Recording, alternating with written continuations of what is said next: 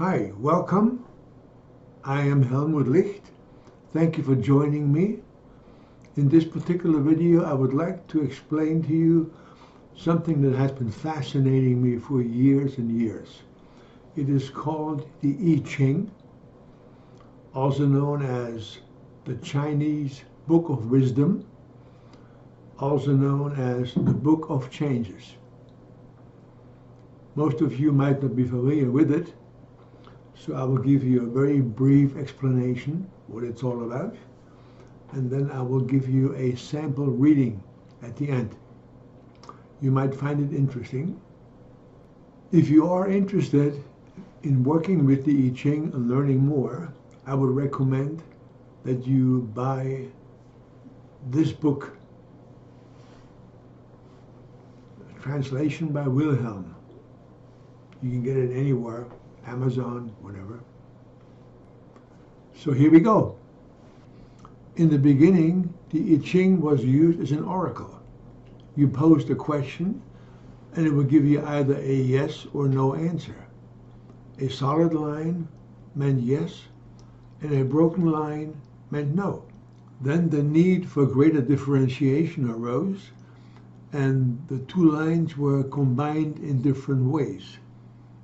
Two solid lines, two broken lines, a solid line on the top and the broken on the bottom, and the broken line on the top and the solid line on the bottom.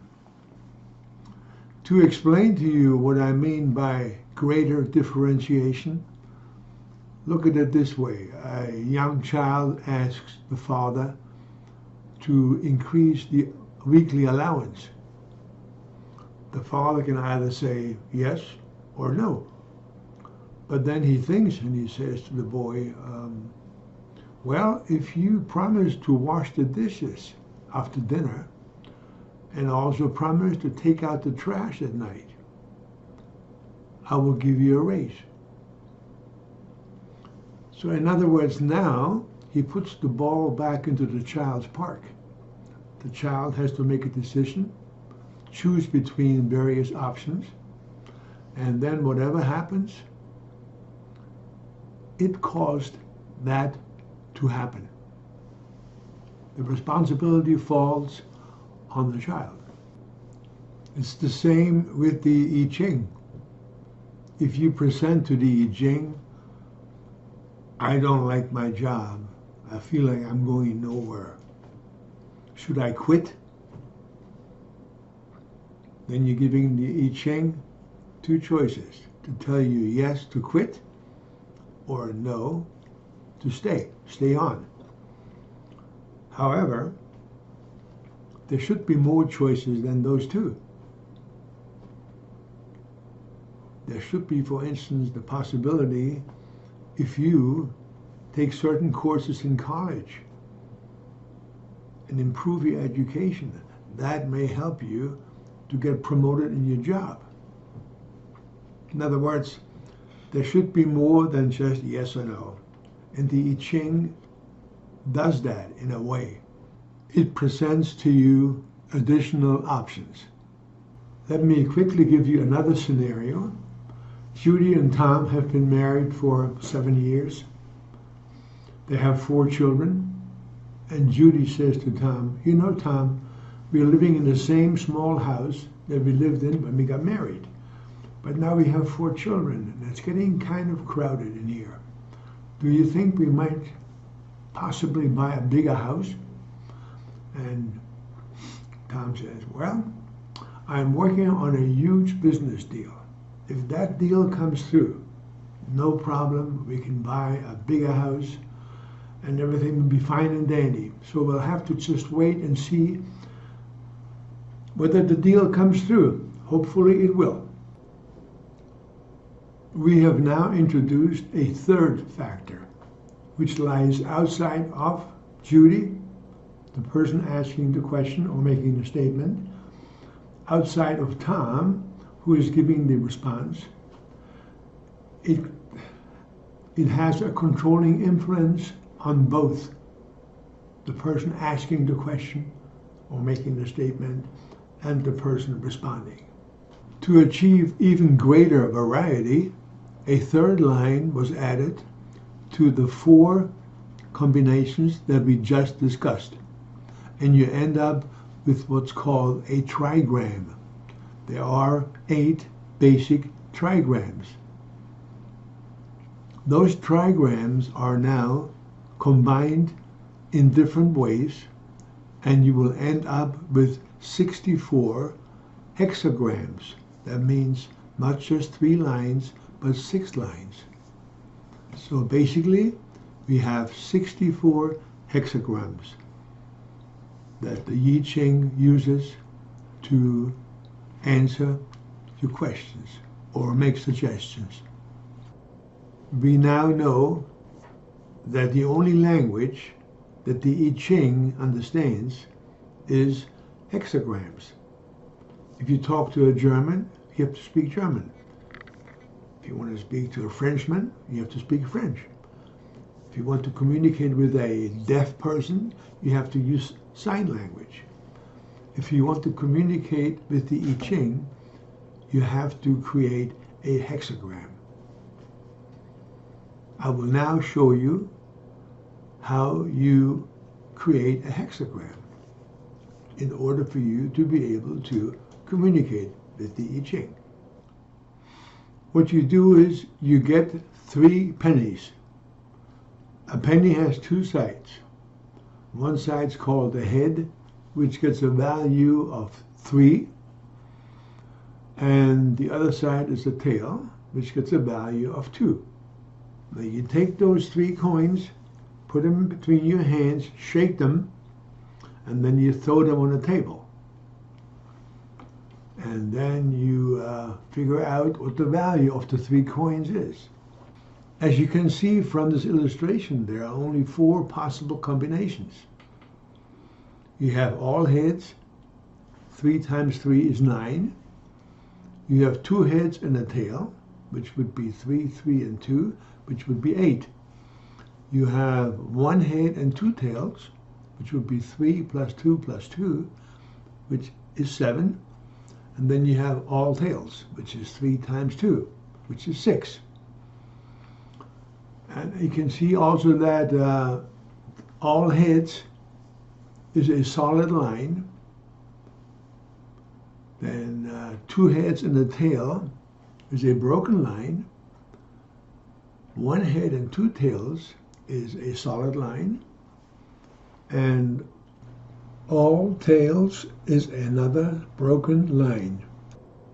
In case you're wondering what the 2 red dots are for, one in the 9 line and one in the 6 line, that means, and you will understand this a little later, that those 2 lines will change into the opposite. The solid line will change into a broken line, and the broken line will change into a solid line. So now let's have some fun. Let's put everything that we have learned so far to use. Let's start building the hexagram 1 line at a time from the bottom up. In other words, the first line will go in the bottom. You will see how this happens. Now we're going to start throwing coins. On our first throw, we have 3 hits that adds up to 9. 9 is a solid line with a red dot. On our second throw, we have 1 head and 2 tails. That adds up to 7. 7 is a solid line without a dot. On our third throw, we have 3 tails, adds up to 6. 6 is a broken line with a red dot. On our fourth throw, we have 2 heads and 1 tail. That adds up to 8. 8 is a broken line with no dot. On the fifth throw, we have 2 heads and 1 tail. That adds up to 8, the same as the previous line, broken and no dot. On our last throw, the sixth throw, we have 1 head, 2 tails.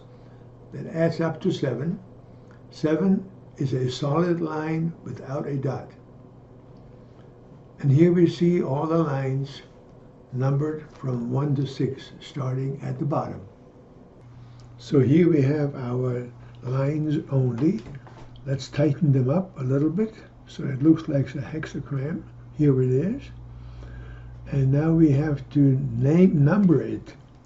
And to do so, we have to separate it into its two trigrams. We have the upper one and we have the lower one. And now we have to go to our chart and cross-reference the upper one and the lower one and see what we end up with. Here's the upper one, here's the lower one, and this is the final number of the hexagram. So now that we have a hexagram, let me give you a rough idea how the I-Ching works from here on. Suppose as I was tossing those coins, I was thinking about a new project that I'm beginning, but I was worried that I wouldn't have enough money to finish the project. That was my thought as I was tossing the coins. So let's see what I-Ching 41 brings up as an answer or a suggestion or analysis. This is only the beginning, but here is 41 and it's called decrease. And it starts off with a judgment. Decrease combined with sincerity brings about supreme good fortune without blame. One may be persevering in this. It furthers one to undertake something. How is this to be carried out? One may use 2 small bowls for the sacrifice, and this is explained later. So here's the synopsis going on. Decrease does not, under all circumstances, mean something bad. Increase and decrease come in their own time.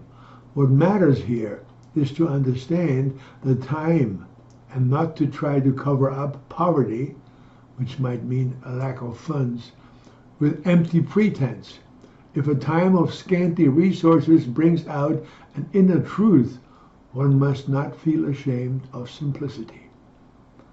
For simplicity is then the very thing needed to provide inner strength for further undertakings. And then he goes on. He gives you more information and then it reads all the lines and see what the lines mean, but only those lines that have red dots in them, and I'll explain that to you too.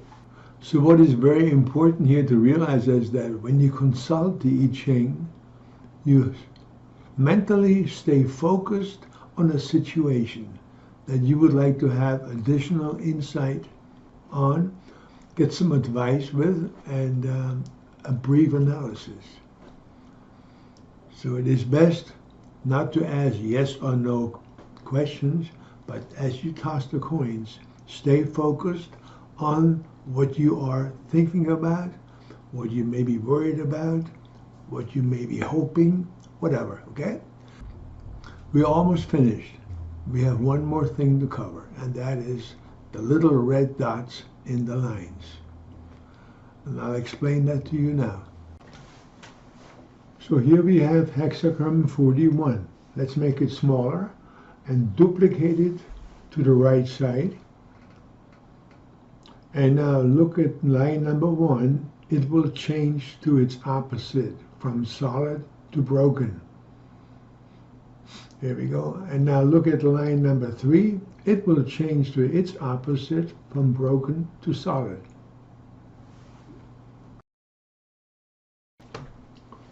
And we have a new hexagram, number 18. Now the first hexagram is the general message. The second hexagram shows what the first situation is liable to change into. This is why the I-Ching is called the Book of Change.